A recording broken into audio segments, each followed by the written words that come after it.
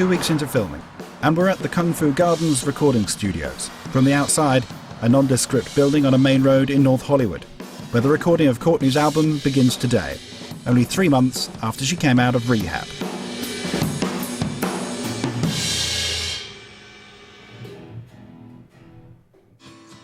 Courtney's friend Linda Perry, the hugely successful songwriter and producer, is at the helm. She's worked with stars like Pink, Gwen Stefani and Christina Aguilera.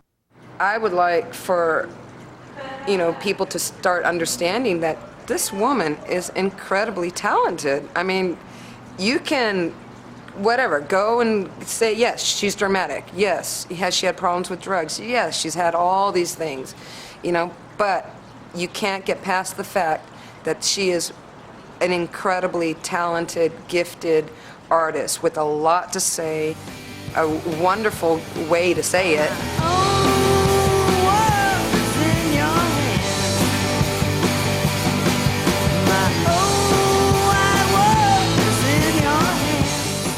It's a major, major pressure, that I've been putting on myself, because it's like, who am I to think that I'm the one that's going to save the queen of rock and roll?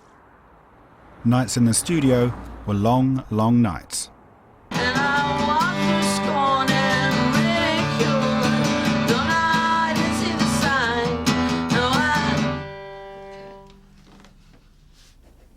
Courtney was in her element, endlessly writing and rewriting lyrics. Always ready to do take after take of the same song before she and Linda were ready to move on.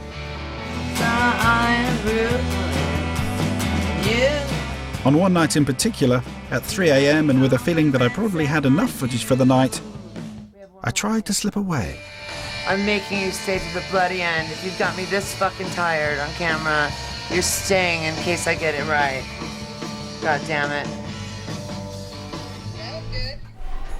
And so we stayed. And half an hour later, Courtney went to check her emails, and when she came back, her mood had suddenly darkened.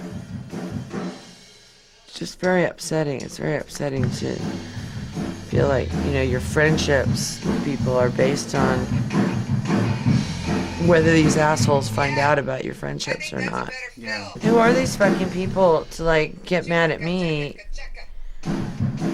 when I'm more famous than them? That's the bottom line. Yeah. You know what I mean? It's like, I'm a lightning rod. It happens.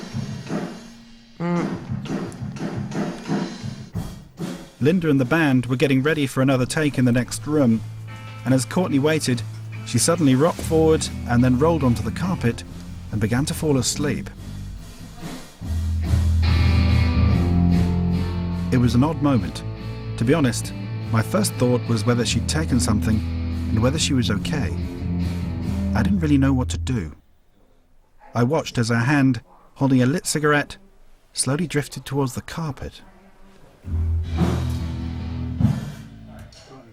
Yeah. What? You know an ashtray? Yeah.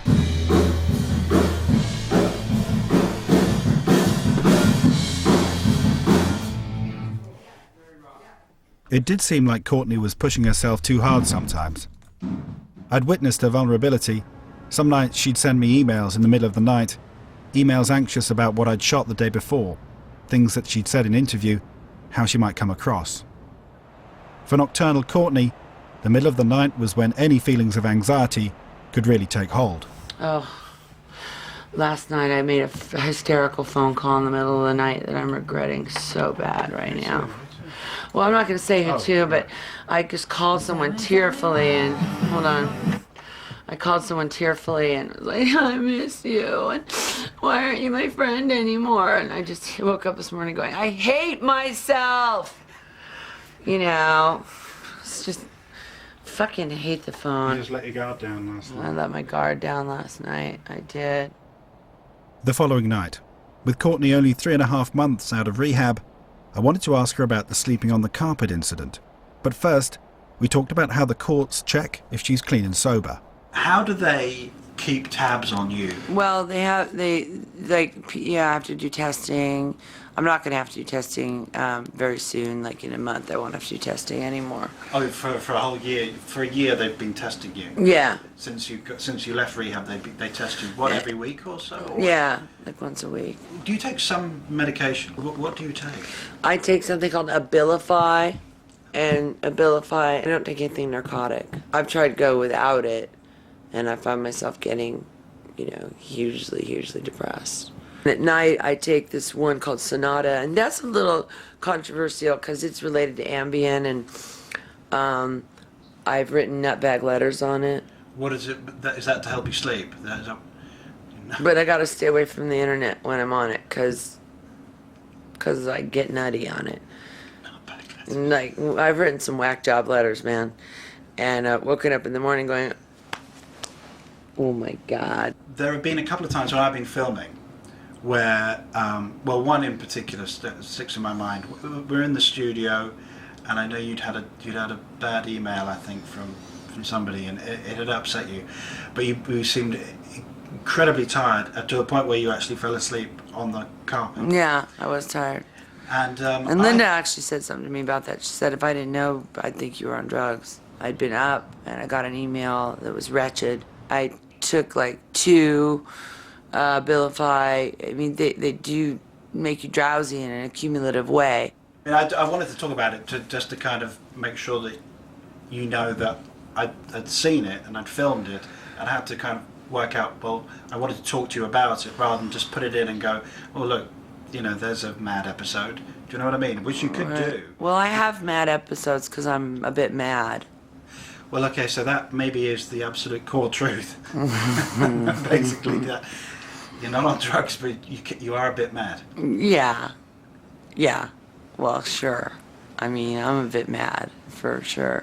It's not like I see people or hear voices, but I'm a little nuts. I'm certainly obsessive. That will be a revelation to many, though, to be honest. That I'm obsessive. No, that you're actually you're not on drugs, and actually when you look like that, it's because you're a bit mad. It's not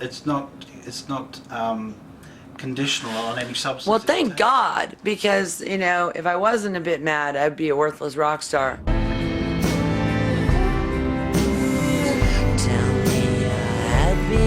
Story.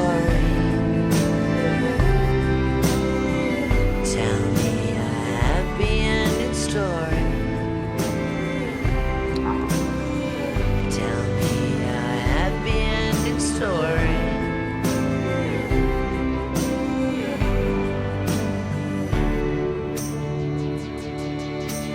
Oh, I swear, you're killing me, you're killing me. Next day, and Courtney pops over to see her friend, the actress and writer Carrie Fisher, one of her greatest mentors. They begin the afternoon by scanning Country Life magazine, looking at houses for sale. Hampshire, nice. The only drawback with Hampshire, though, as far as Courtney is concerned, is the ever-present danger of British tabloids. I don't want to be in their tabloids anymore. Then you have to act a tabloid-free life. Yes. Exactly. What do we have to do to not be in the tabloids? Not go Can't out do with people who are drugs. tabloidy. That's good. And we can't kiss and tell, which she's not doing. No. Nor have I ever. The only thing that you can't do is not get wisdom from your episodes. I mean, the scary thing, and maybe this is really indiscreet. What about to say. love? Oh, I know, but after I've made as many bad choices as I have to assume that the choices are mine. I'm not a victim, and neither are you. We're choosing these people, so I have to assume that my choice thing is broken. So That your compass is fucked. yeah, Is that because I'm coming to that conclusion that my compass is fucked? yeah, and if we get Does that make me like a professional you're not spinster? mistreated. You're choosing the people that are doing this. I don't know it. No, it's your point of view. What that about you're a Nookie, then? spinster. Nookie, yes, unless you get hurt too much. Right. I mean, I really couldn't say. You're not lonely if you choose friends to be with. Yeah, well, no, you have no. to find companions to be with. I have songs. you're going to have to be with someone that you like and not are in love with. I see. You know, you get really stirred up and crazy when you're in love. I know. You know that. Yeah. And that's not a good place But it makes for good you to be. records. Yes. But So it if you can fucks me stand up. it, if you can I stand it. can't. Well, but you... I'm on the edge. Well, maybe you need to, This you is know... going to be my last record for a while. How about that? I don't believe you. I can't go through this again. Not all Courtney's relationships have been unhappy. She shared 3 years with the actor Edward Norton and has been linked to Russell Crowe, the Hollywood director Brett Ratner, and comedian Steve Coogan. In the car back to Courtney's house, the conversation continues about Courtney's love life. Is it the drama that you love? Is it No. no? No, it's the sexiness. Right. Right. No, it's the compatibility and the sexiness. I like people who are tortured. I like people who are genius. Genius comes with its own package of insane, misanthropic, nightmare scenarios. You know, brilliant is great, and brilliant is rare, but genius is very hard to find. And I get more attracted to genius than I'll put up with so much shit for genius, because genius is about the only thing that makes me feel dumb, because I am, quote, brilliant. So, you know, and there are certain things that I might actually be genius at, but I'm not genius. And I mean, I've been called it, but I don't know. It's not for me to judge. But I love being around people that are smarter than me. Right. You know, and that think faster than me. So even if you're a dork and you wear stupid clothes and you make a fool of yourself and everyone makes fun of you and you're just an idiot, I don't care about the context. I don't care. You know, if you're genius and I recognize it, I kind of dig that. Another ex-boyfriend of Courtney's is Billy Corgan, the frontman from the band The Smashing Pumpkins. He arrives to help out on Courtney's comeback album. As a musician, she's a vastly underrated songwriter. She has a keen, intuitive sense of what works musically. But you have to also coincide that with her cultural impact, which to people's vision of women playing rock or women having an empowered role and not being seen as sort of an oddity. I mean, she is the groundbreaker. So we were dating. And You and Courtney, you were dating?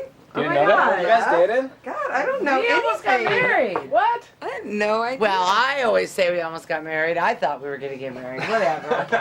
I was in love. So. I was in love. We wrote a bunch of songs for each other.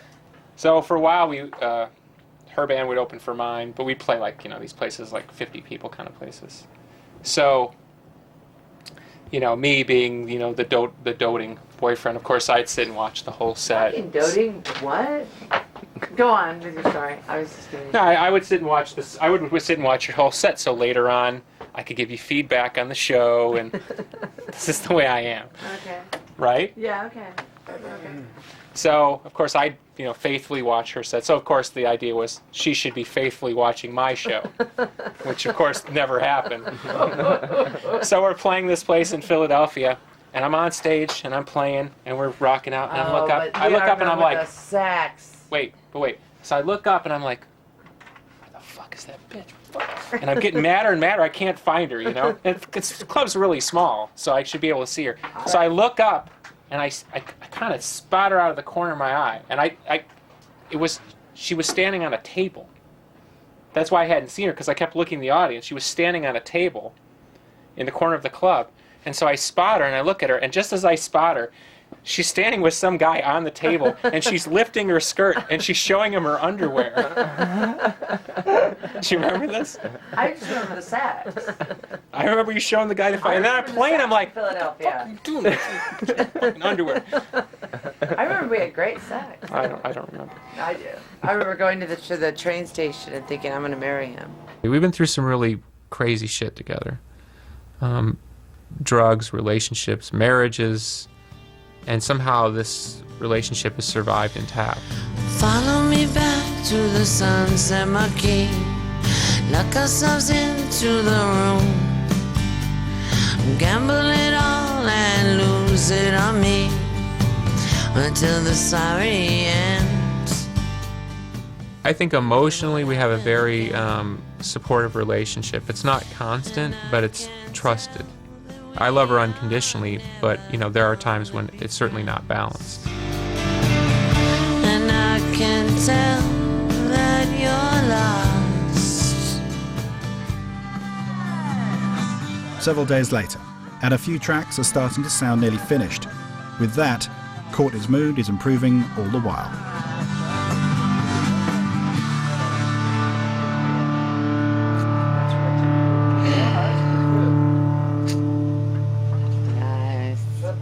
But the stakes are high for this album. She's got one shot left, and that's this shot right now. I don't know if she'll be accepted in the music business if we hand everybody another crappy record. Only in this week's Star.